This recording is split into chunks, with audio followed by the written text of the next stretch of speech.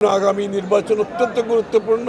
বর্তমানে তারেক রহমান সাহেবের শুধু রাখেন নাই, উনি আগামী দিনের কৃষকের উপর একটা বড় ধরনের কর্মসূচি গ্রহণ করার প্রক্রিয়ার মধ্যে আমরা আছি এবং কৃষকের কাছে যাতে সব সুযোগ পৌঁছে দিতে পারি, বাংলাদেশে যাতে কৃষকরা ভালো থাকে এবং কৃষকের পণ্য বাংলাদেশকে স্বয়ংসম্পূর্ণ করতে পারে, এর উপর আমাদের বিশাল কর্মসূচি রয়েছে ইনশাআল্লাহ। এছাড়া আজকের আমরা একটা নির্বাচনের দিকে এগিয়ে যাচ্ছি এবং এই নির্বাচন বাংলাদেশের জন্য অত্যন্ত গুরুত্বপূর্ণ।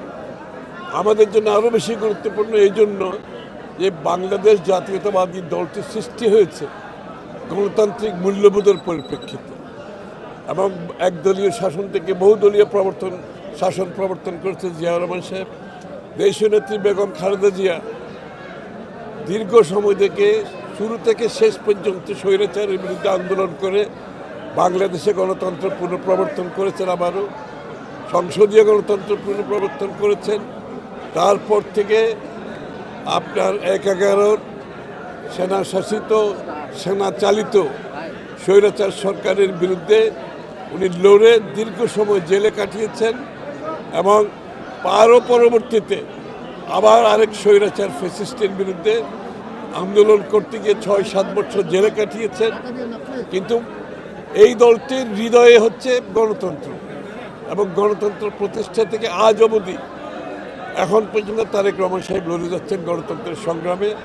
আগামী নির্বাচনে বাংলাদেশের মানুষের মালিকানা ফিরিয়ে দেওয়ার যে সংগ্রাম, সেটা আমরা পরিপূর্ণভাবে করার চেষ্টা করছি এবং গণতন্ত্র প্রবর্তনের মাধ্যমে বাংলাদেশের মানুষের রাজনৈতিক অধিকার ফিরিয়ে দেওয়ার সংগ্রামে আমরা লিপ্ত আছি তারেক রহমান সাহেবের নেতৃত্বে।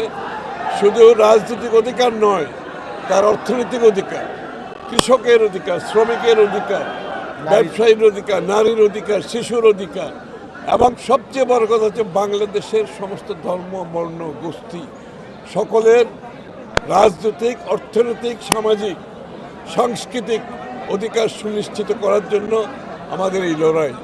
এই জন্য আগামী নির্বাচন অত্যন্ত গুরুত্বপূর্ণ এবং আগামী নির্বাচনে বাংলাদেশে একটা অন্তর্ভুক্তিমূলক আমরা জাতি করতে পারবো কিনা সেই সিদ্ধান্ত বাংলাদেশকে নিতে হবে এবং আমাদের যে অন্তর্ভুক্তিমূলক দেশ, বাংলাদেশের জাতীয়তাবাদী চিন্তাভাবনা যে দেশ, এটাকে আমরা পুনঃপ্রতিষ্ঠা করে বাংলাদেশকে একটি শান্তির নীড় করতে চাই। এখানে সহনশীলতা থাকতে হবে, একে অপরের প্রতি শ্রদ্ধা থাকতে হবে, দ্বিমত পোষণ করেও সম্মান রাখতে হবে। একটি নূতন রাজনৈতিক সংস্কৃতি আমরা প্রতিষ্ঠা করতে চাই বাংলাদেশে। দেশে দেশে সবার সাথে দ্য নিউজ।